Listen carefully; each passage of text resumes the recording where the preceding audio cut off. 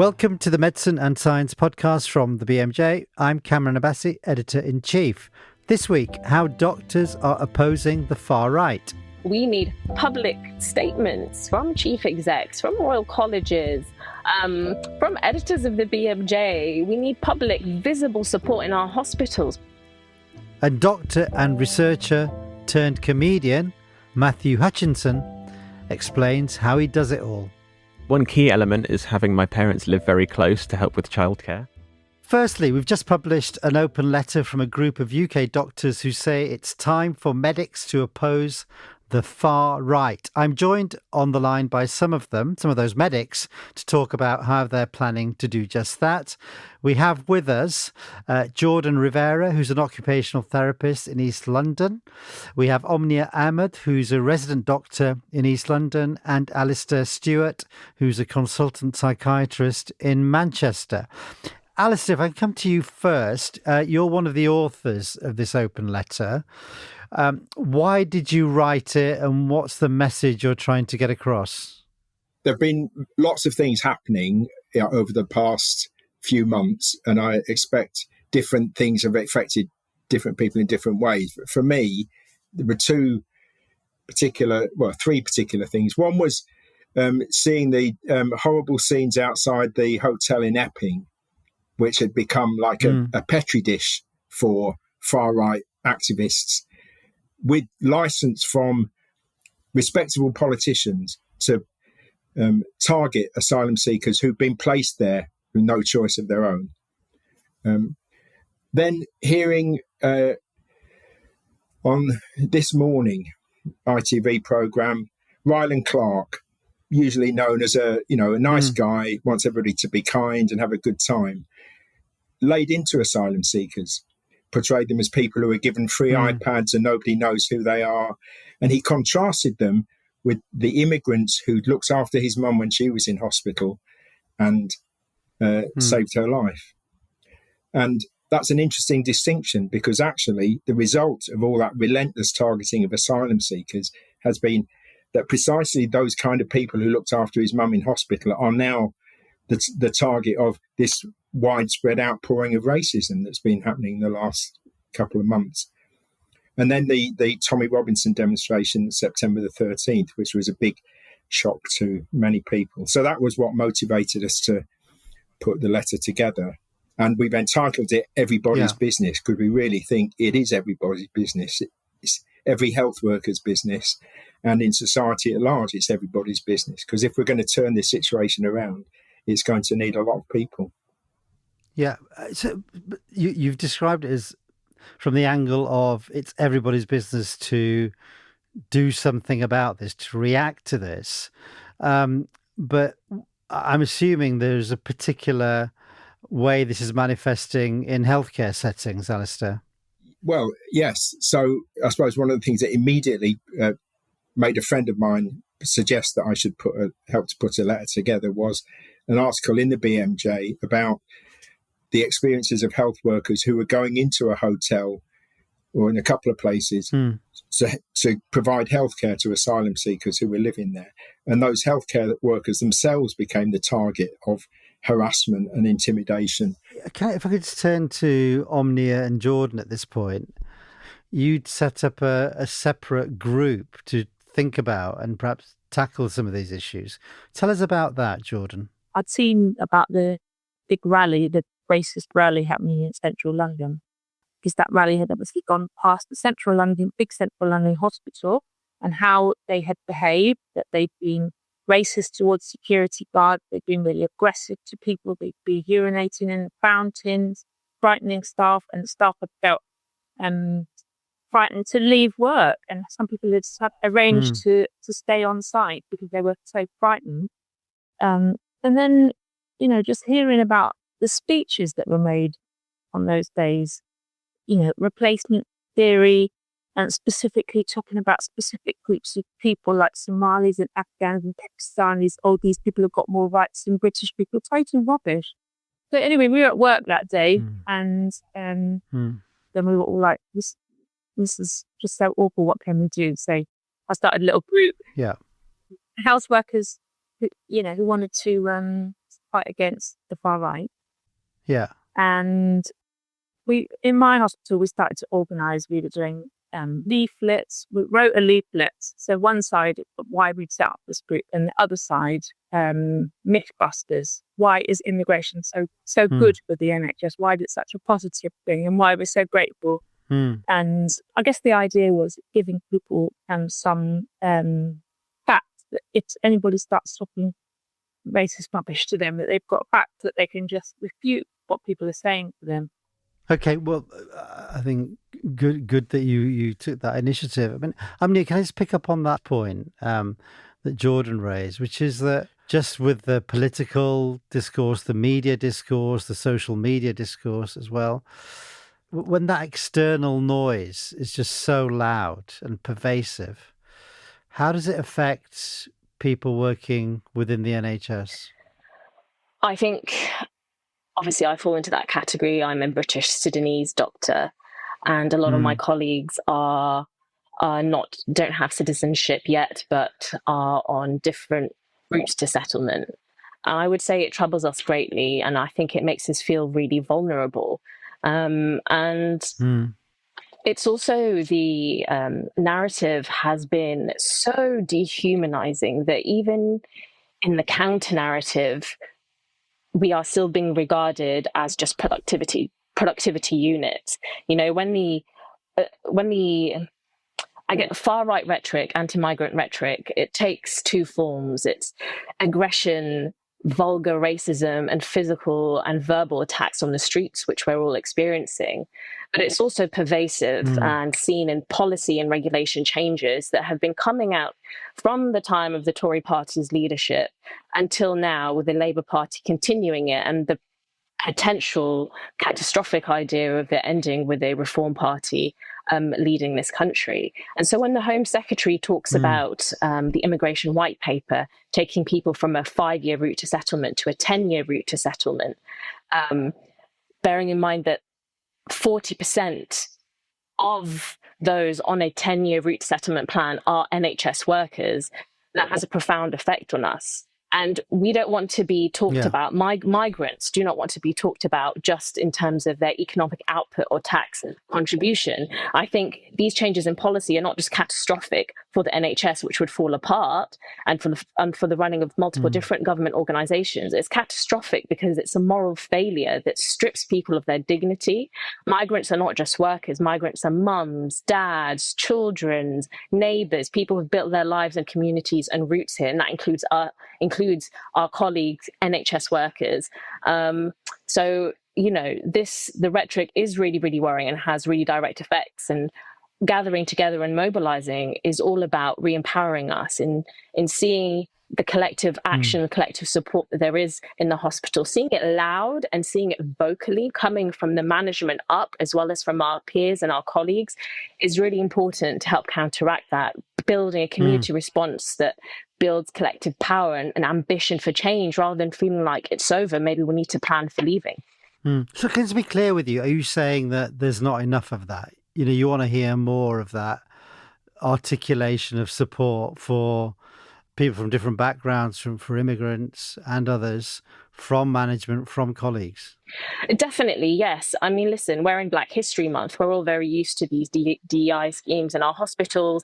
I think we're at the point where we need more than lip service. We're over just being served jerk chicken and having quotes about Martin Luther King sent out in the weekly newsletter to the hospital intranet. We need public statements from chief execs, from royal colleges, from editors of the BMJ. We need public, visible support in our hospitals, people seeing the leaflets, people seeing badges supporting anti-racism, to foster that environment where not just NHS workers, but our patients and our communities at large can start to feel safe and feel that solidarity. Yeah, no, that's true. And you're right to expect that. I mean, I'm an immigrant myself, and I trained here. I mean, back in the 70s and 80s, there was racism. I remember the National Front marching through our town when I was a child, saying, you know, all immigrants should be sent home. And I genuinely believed that I would have to leave the country. I mean, I was, 10, 11? in the intervening years, it seemed to me that gradually we were pushing back those barriers. We were breaking down those barriers, and there was more integration. We were developing a more tolerant society. But things have gone horribly backwards over the last 5 or 6 years, and that's what's particularly alarming. And the trajectory only seems to be getting worse. Now, it's complicated. Extremist politics seems to be what catches people's attention and support. It's not helped by social media. But I'm guessing you must be disappointed because you've all taken action around this and mentioned the political side of it in the leadership that politicians are showing. And if we just take the Labour government, for example, now they are tackling some of these issues a bit more head on, and calling some of the rhetoric that we hear, they are calling it racism, and they are trying to be stronger in reacting to it. But then that makes you wonder, well, what took you so long? And then, clearly what you were doing was just a political strategy, and it just makes everything ring hollow. So it feels a bit like it's kind of too little too late. I wonder how you feel about just the general climate. It doesn't seem to be conducive to kind of putting the world to rights, making a fairer society where we're more tolerant of each other. Alistair? Well, yeah, and I think the one thing we have to confront is that at the moment, being racist has become far too unacceptable even in mainstream society. And there's a poem by writer Michael Rosen, which has the first line is, "Fascism comes as your friend." And I think that's something we really have to confront, because fascism is about a solution to protecting women and girls against some unknown predator. It's about giving you something to feel proud of when you haven't got anything to feel proud of. It's about making things fair when you feel life isn't fair. And that is all that is about focusing on some out-group. And it started with asylum seekers, and now it's spreading not just in, far-right groups, but in mainstream conservative, with a small c, politics, to saying that, that immigration is the problem. And the solution to all those many, many problems that our society has is to do something about immigration. And that's a big job we've got on our hands, is tackling that. Yeah. And a lot of that is misinformation, which, Jordan, you've tried to tackle by providing people with the facts. And when you provide them with the facts, what happens?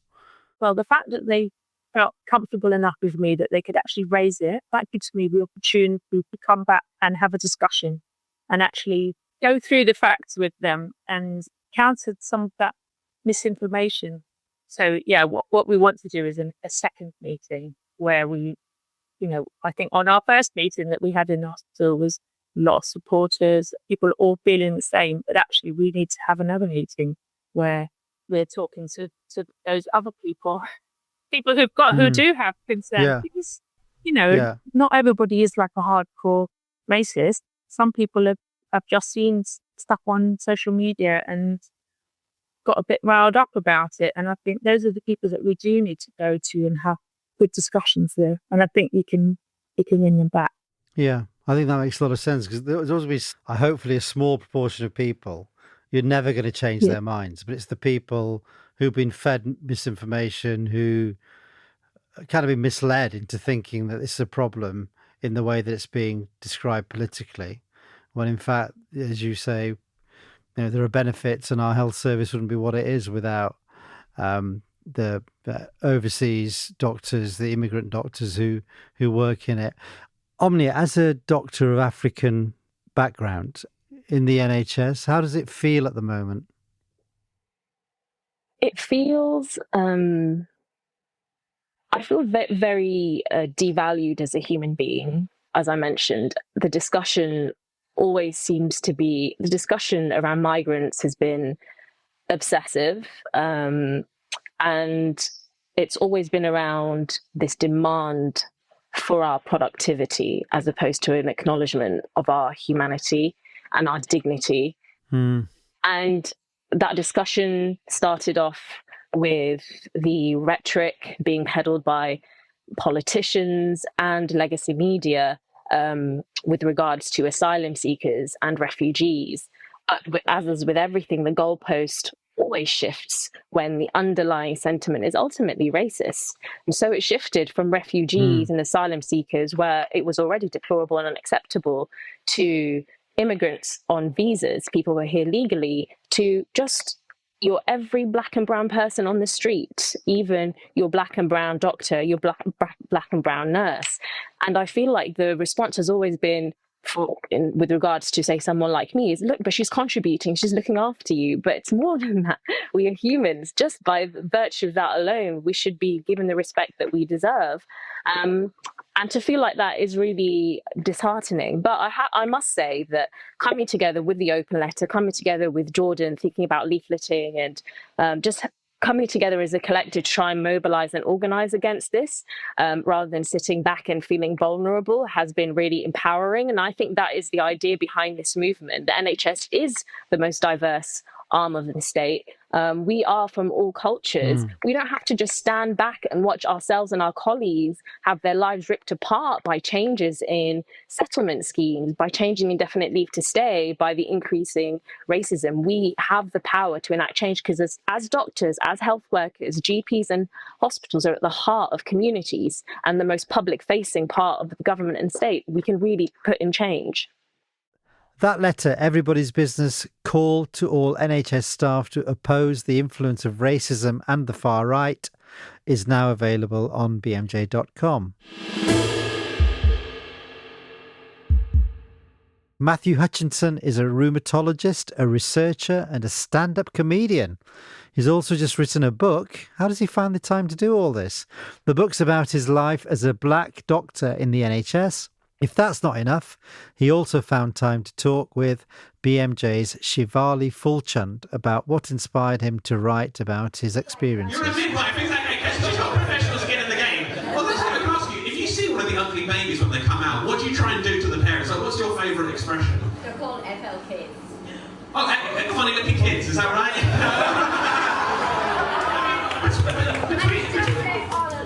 Exactly. So between you two, lots of people are going to get struck off this evening in the NHS. There's a staffing crisis, so careful what you say, people. I've been enjoying the Olympics. You guys have been enjoying that? Yeah, I particularly enjoyed the opening ceremony on the Seine, which looked custom designed to anger Nigel Farage. Load of highly motivated foreigners on boats. Just cruising down the channel. Coming over here, stealing our gold. So Matt, you've written a book. Can you tell us a bit about it? Yeah, so the book is Are You Really the Doctor?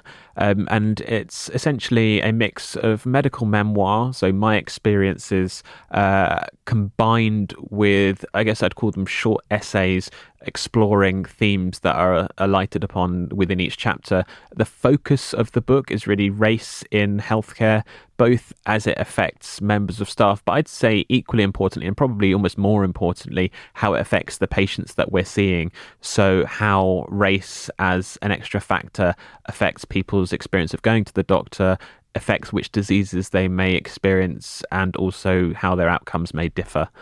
So yeah, that's really the main thrust of it. Obviously, you've got multiple hats that you wear. How do you balance it all? So, I mean, one key element is having my parents live very close to help with childcare. That's rule one. And I mean, I'm doing all of these things part time. So, currently, for example, having finished my PhD, I've gone back to clinical work 60% of the time, and I'm still doing research a couple of days of the week. And then I just sort of fit things like writing around that. I mean, I think a lot of my working sort of approach for more creative stuff comes from the fact I live in Southeast London, work in Northwest London. So I've got quite a long commute in both directions to do work on.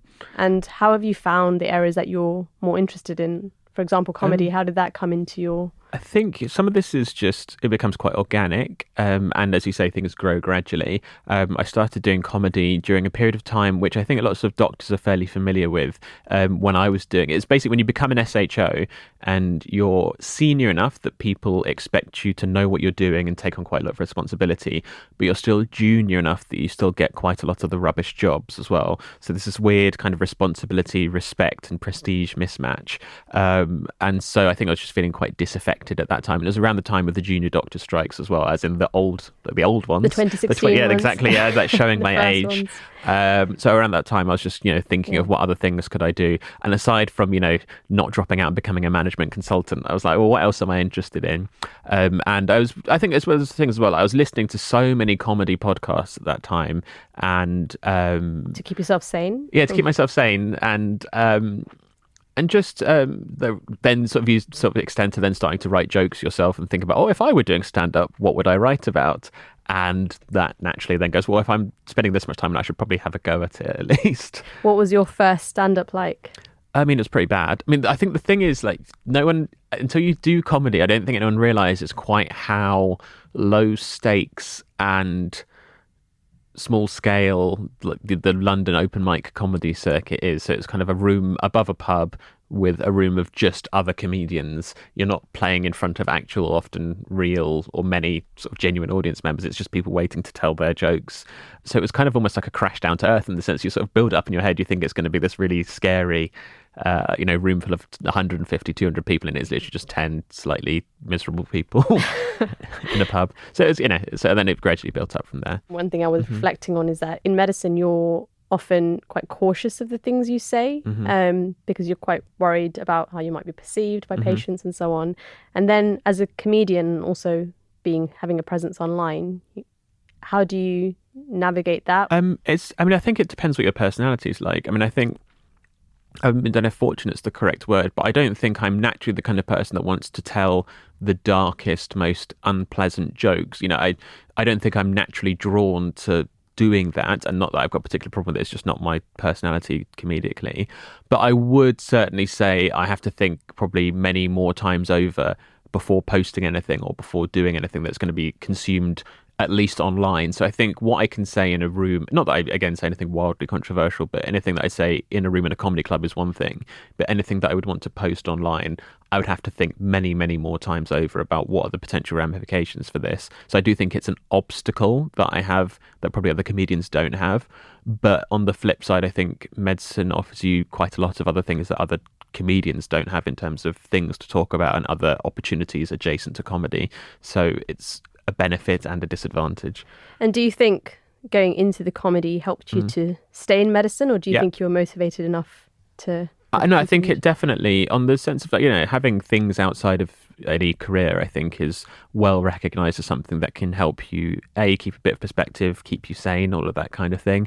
But at the same time as well, I think going and experiencing or encountering people who either just in the world of comedy directly, but also the kind of people who have come from other careers themselves into comedy, then gives you a bit of insight into what other people's working life is like and shows you some of the advantages to being in medicine. I guess one of the things that is really a strong theme in your book, which I wanted to kind of come back to, is being a good doctor and how that relates in terms of how you interact with patients. So one of the lines that you mentioned is dosing hostility in syrup, and making that call of when to call out patients and their prejudices versus when to de-escalate the situation. Maybe can you tell us a bit more about that situation, and then also what you kind of mean and how that applies to your practice? Yeah, I mean, I think in terms of the dousing hostility with syrup, I think it's a more overall approach, even just rather than specifically a patient who might have a specific antagonism. Because I think, we all work in the NHS, and because of the stretched resources and the fact that your clinic is always going to be running late, you're almost always on the apologetic foot as soon as you're seeing the vast majority of our patients, even if it's just a case of just being like, oh, so sorry to keep you waiting, that kind of thing. So you're already almost acting like you're in, as we talked about, the hospitality industry, where you're essentially trying to placate a customer who's maybe not had quite the experience that they should have. And then obviously there can be levels to that. I think the situations where you're likely to get out and out hostility from patients are not super frequent. So, I mean, I guess if we're saying how racist, for example, does a patient need to get until you're actually going to switch from that to saying, no, this is enough. I think it's when if anyone says anything overtly unpleasant or antagonistic, I think at that point, the attempt to placate them can maybe stop. Have you ever had to do that? I'm just trying to think. No, I wouldn't say overtly, because certainly not for anything sort of particularly racist. I think more just people who are dissatisfied, for example, and so you can just be like, stop the consultation, say, look, we can either get to the point where I'm able to arrive at a diagnosis or discuss your problem and treat you, or we can stop this now and you can wait to see someone else. Like I said, that kind of thing. So occasionally you do eventually have to draw a line under it. A lot of the times it is also people are so stressed because they just have a really serious problem, and we're at the worst of ourselves when we're feeling a bit unwell. Completely. Yeah. So I think you do. Yeah, that's why I do think the line has to be quite far down the line in terms of just giving people the benefit of the doubt. And I think everyone has their own line, but I think it becomes often quite clear when something shifts from a slightly frosty interaction to out and out unacceptable. Yeah, and also, you touch on in your book about migrant workers in the NHS and sometimes kind of rougher time that they might have. And I think there's some very nice subtle elements that you also bring in, such as kind of the accents that we have or the way you dress, and how that all impacts on how a doctor might be perceived. I think certainly, an accent is always, for me, the easiest one to address, because even if I were to look at how my accent and what's almost become my standard way of speaking has changed, I would say, from going to medical school to coming out the other side and then working. Because if anything, I also went to medical school having gone to, as I say, growing up in Catford and then going to a school out in the kind of, as I say, sort of Beckenham, West Wickham area. I always had a Mockney accent when I arrived at medical school, and then left speaking like this. Yeah, exactly. Well, can you give us a sample? Oh, I'm not going to give you a sample now, but it's very much kind of the era when Mike Skinner, The Streets, was kind of, although he's got slightly Brummy sort of twang to his twink as well. But a lot of the kids at my school loved Danny Dyer as a sort of, should we say, accent role model. Yeah. So that became kind of the norm. Whereas now, this is the way I speak in most contexts, just because of ease and simplicity, and because it's how you end up having to speak so frequently at work. And also the osmosis maybe of definitely being surrounded by that as well. The other thing, I thought also that interesting that you mentioned was about mental health, and that can be a particular challenge to speak about, both for men and also men from Black communities.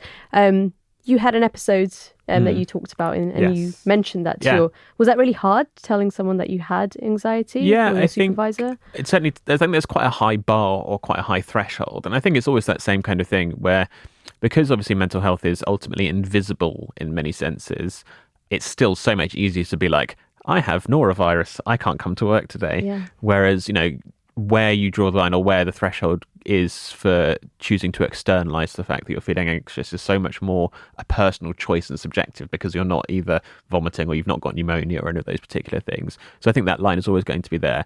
And then there's always those kind of cultural overlays. I would say, if anything, the biggest barrier in that context is still the medic's inability to admit that they're ill. Like, I think culturally, even putting aside those other demographics, or just the idea, the idea of calling in sick, I think, is particularly on certain shifts. Just like, if someone calls in sick on a day that they're supposed to be on call, for example, the eye rolling and the sort of like, I can't believe you've called in sick. Yeah, and your colleagues will judge you for it as well. Even I will say that I've sort of absorbed it and had to catch myself. Where so if you hear that, for example, on a night shift, one of the F1s was called in sick, it's like, what do you mean? What are you talking? And it's like completely unacceptable, but you feel like you've internalized this mad idea. I would say, mad is a pejorative term in the context of talking about mental health, but this ridiculous idea that people can't just be ill. It's all pervasive, I would say, and definitely I would say applies in particular to mental health, because there's less objective, at least externally, and signifies. So how did you find that experience, and did you find that helped by being able to share that you were going through that? I think there's always that kind of threshold of, you get the release of not having the anxiety, because I think obviously if you're an anxious person, to then add the anxiety of working out whether you are or aren't going to talk about it almost just makes you more anxious. It's another anxiety. So it's kind of, I guess, a kind of load off your mind in that respect. And I'm I would say fortunate. It's more quite specific in my context, is that I just generally found I get quite anxious induced by night shifts. So I just find night work and the interruption to, I guess, circadian rhythms makes me just feel terrible. So I think a lot of it, so by the time often you've dealt with it in that respect, you're back in a normal daytime rhythm and feeling a lot better and normal anyway. So kind of there's a natural cycle when I experience that anyway. Doctors are human after yes, all. Exactly, so unsurprisingly, thank you for sharing that. And that's it for this week. We're back in a fortnight. You can find the BMJ's Medicine and Science podcast on all the usual platforms. I'm Cameron Abbasi. Thank you for listening.